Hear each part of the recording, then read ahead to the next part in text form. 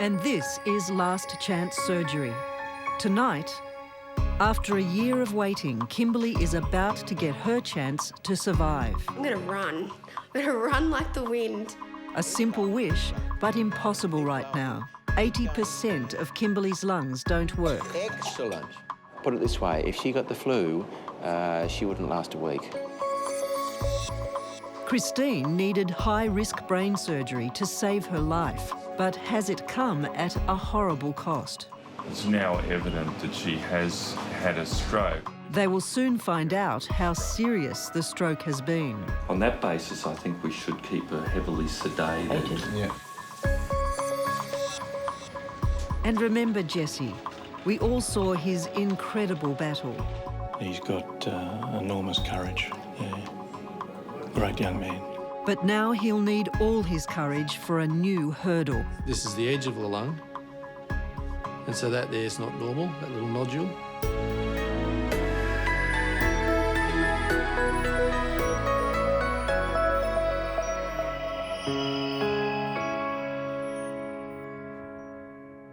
Seven days ago, Christine had surgery on an aneurysm in her brain. An aneurysm is like a balloon of blood that could burst at any time.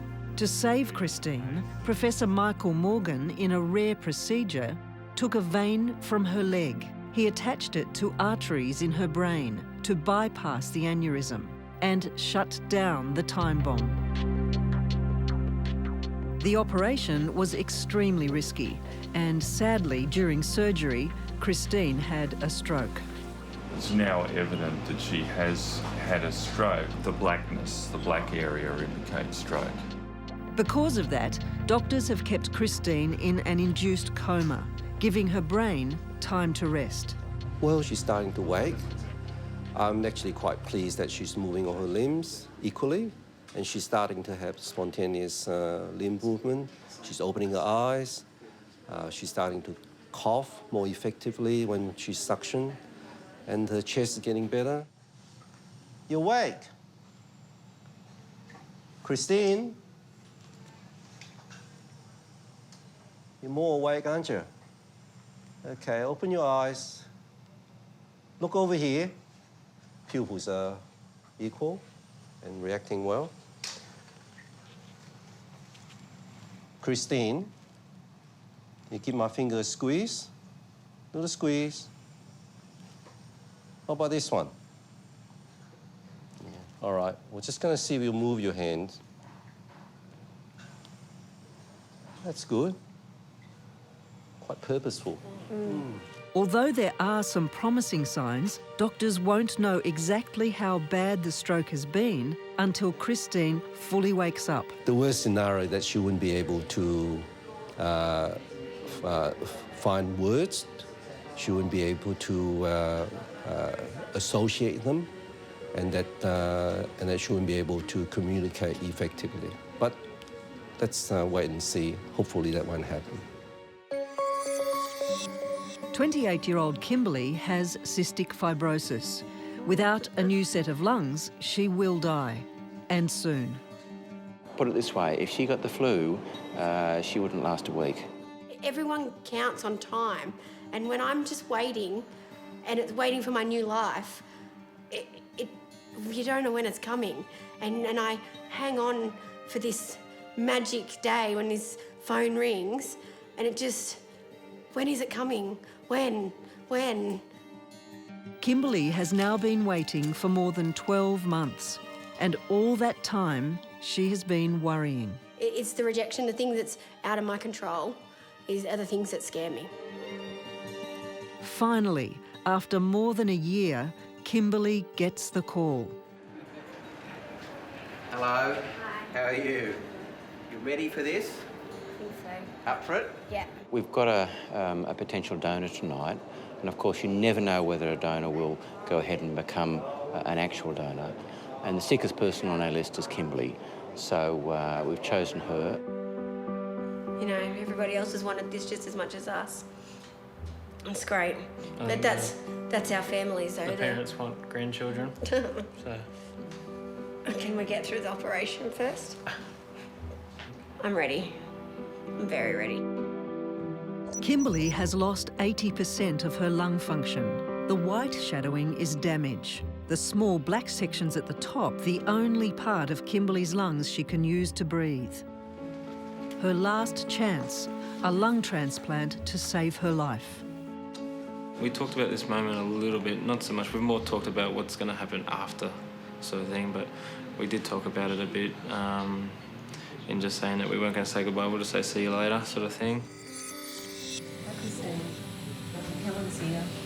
9 days after surgery, and Christine is much more awake. When Christine first opened her eyes and appeared to recognise me and make eye contact and everything, I mean, yeah, that was really terrific. You could sort of tell that she had a lot that she wanted to say, but just, you know, she couldn't do that, so.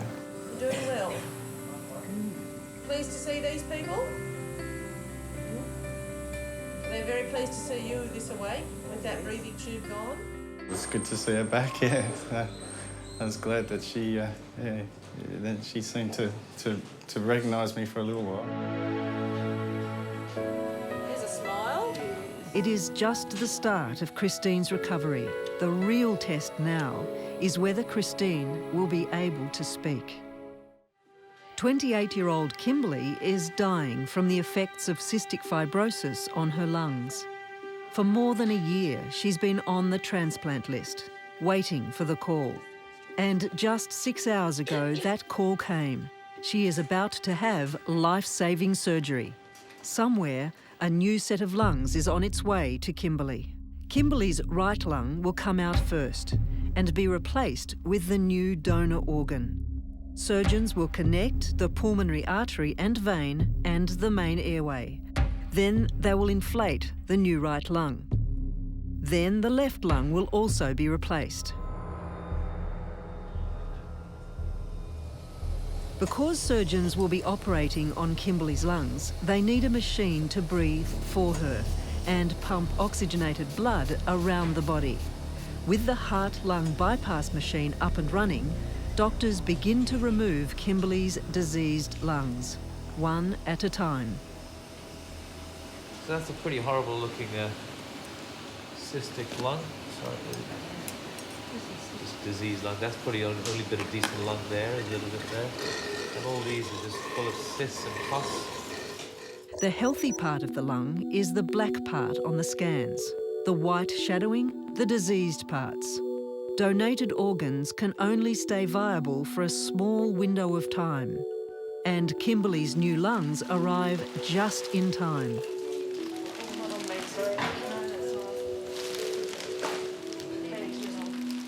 Doctors get straight into making them a working part of Kimberly's body. So this is the donor lung, and this is,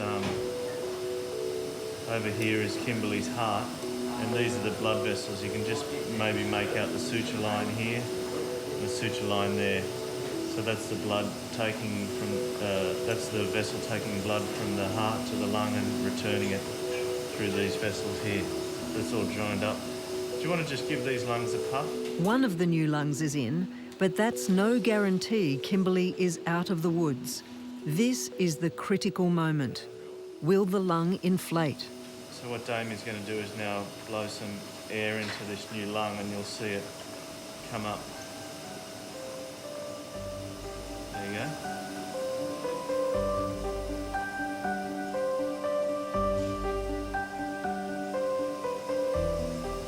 So they look very good. So we finished one side, done the right side, but it's all going very well. You saw the lung on the right side come up nicely and there's blood flowing through that now, so we need to keep an eye on that, but otherwise it's all going very nicely. With the right lung attached, the left lung also goes in smoothly. It also inflates. Kimberly's last chance surgery is over. And after hours of waiting, Kimberly's family can get the amazing news. My name's Isha, I'm one of the heart and lung surgical doctors. All right, so everything's going very well. She's got a beautiful new set of lungs working in there and they're working really well. So everything's pretty stable at the moment. Thank you. No worries, no worries.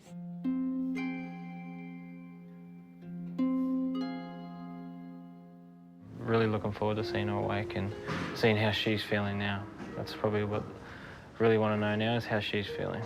She's on her way to a better life. 2 weeks ago, Christine had an operation to save her life. But during that life-saving surgery, she suffered a stroke in the area of the brain responsible for speech. Now that Christine is fully awake, Professor Michael Morgan wants to test what damage has been done and how badly Christine's ability to communicate has been affected. Do you like Bob Dylan? Yeah. Is there any particular one you like? Yeah. Having difficulty saying it? Yeah.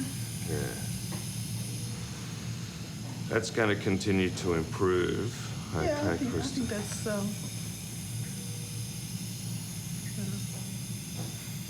Yeah. So Christine has the difficulty in saying what she's thinking in her mind, although she's understanding very well. And yeah. Yeah, I heard by someone something. What is the what's the what's so where you've had what's wrong with me? yeah. So where you've had the stroke, it's When it says what. Okay, so where you've had the stroke, it's a small stroke. It's very close to where your speech area is. Yeah. I suspect that over the next few months, she'll get to a point where she's probably knows that she's got problems with language. I would expect, though, that many people that didn't know Christine would not suspect that there was problems with language. I think it'll be mostly a matter of time, but she will benefit from speech therapy. I would expect that when she leaves Dowcross Hospital, she'll still have a significant speech problem, and her family and partner will be doing most of the communication or interpreting what she says for her.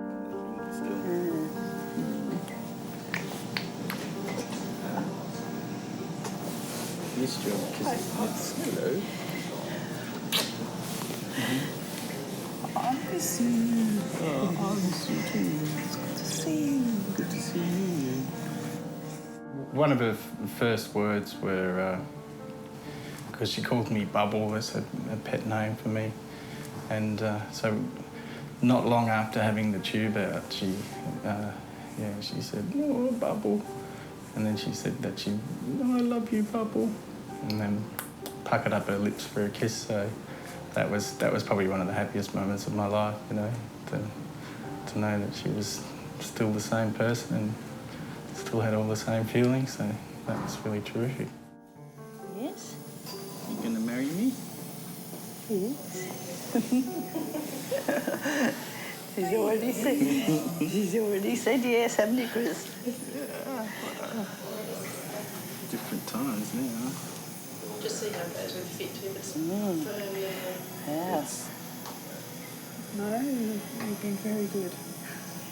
If you ever get scared, yeah. I'm never very far away. Yeah.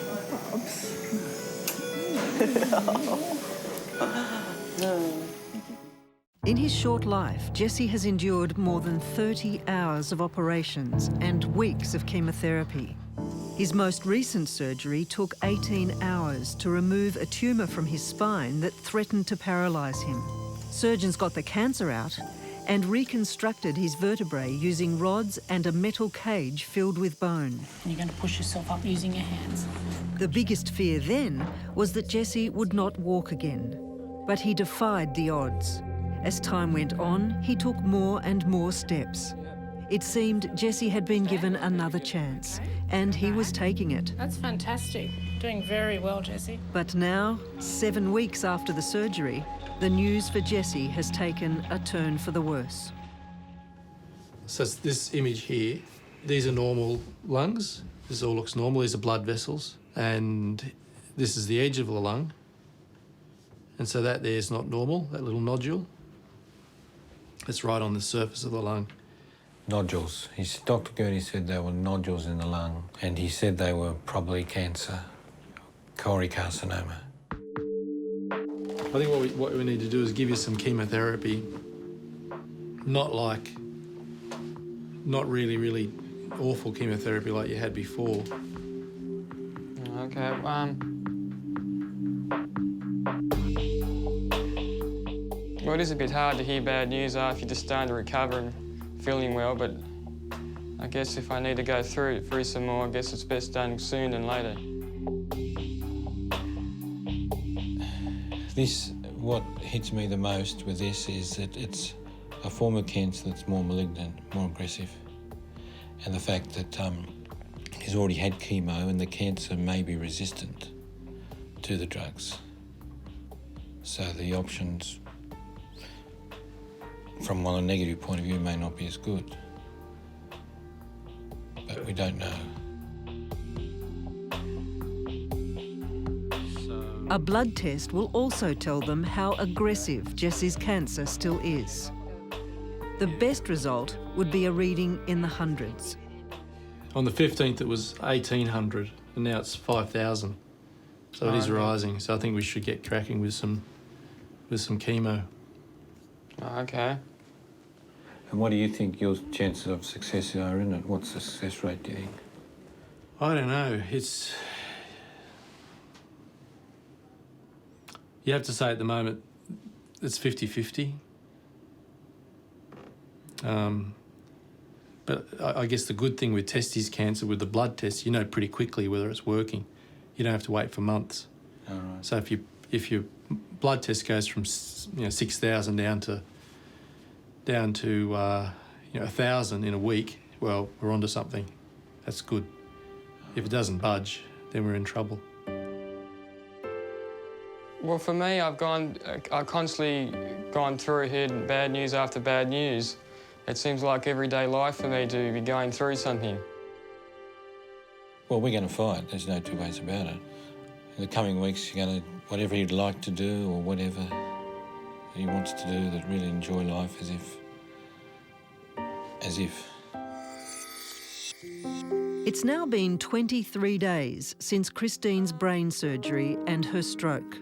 During the surgery, as you're aware, Christine had a stroke. The stroke has obviously had a direct impact on her language centres of her brain. Can you see all those pictures there? Uh-huh. Yep. Sure. Okay, can you show me the flower? This one? Great. Where's the sun? This one? What do you eat soup in? Use soup with a bowl. With a bowl? Yeah, well done. Mm-hmm. And what do you eat meat with? Soup. Soup spoon. What do you eat meat with? Just the spoon. Did you hear what I said? What do you eat meat with? Oh, just using the bowl? Yeah. Is that what you mean? No. Do you know meat? Like a piece of steak? Or are you saying you use knife? You cut it, and then what do you eat it with? Well, you just end up using your teeth. Oh, you do? With a fork, maybe? Yeah. Well, you could. You could, yeah, good. Unless well you're really done, old and you don't have teeth. Well, yes. In which case you might be in trouble. Quite right, yeah. She's going to require some therapy for some time yet. It's been 3 months since spinal surgery that saved Jessie from a wheelchair. But doctors have now found lesions in Jessie's lung. He's been having regular chemotherapy for any remaining cancer. The treatment is taking its toll. Jessie hasn't been able to do much.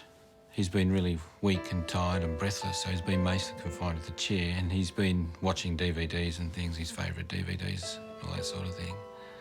He hasn't been able to get out and do much at all. My dad's been really important to me. If it wasn't for him, I wouldn't be alive today. He's been the driving force to getting everything done. But the treatment may have been worth it. The latest results show the chemotherapy is working. Jessie's tumour markers have dropped dramatically, from 200,000 to just 3,000. So Jessie can start to feel a little optimistic. The time I've been spending in the garden with Jessie has been really good. You know, it takes the load off and you're not as focused on what you've been focusing on all the time in fighting. Be a bit more normal. The reason why I haven't planned anything for the future is because I've been so busy fighting cancer, I really haven't thought about anything else. You got to take each day as it comes. We will continue to follow brave Jessie's recovery. 7 months ago, Christine had rare surgery on an aneurysm in her brain. It was risky, and there was a chance Christine would die. But Christine pulled through. She survived and is now back home in Tasmania. There's still regular therapy for her speech affected by the stroke. Mask. Close. Muffle. Close. Muzzle. Muzzle. Yeah. And the past few months haven't been easy.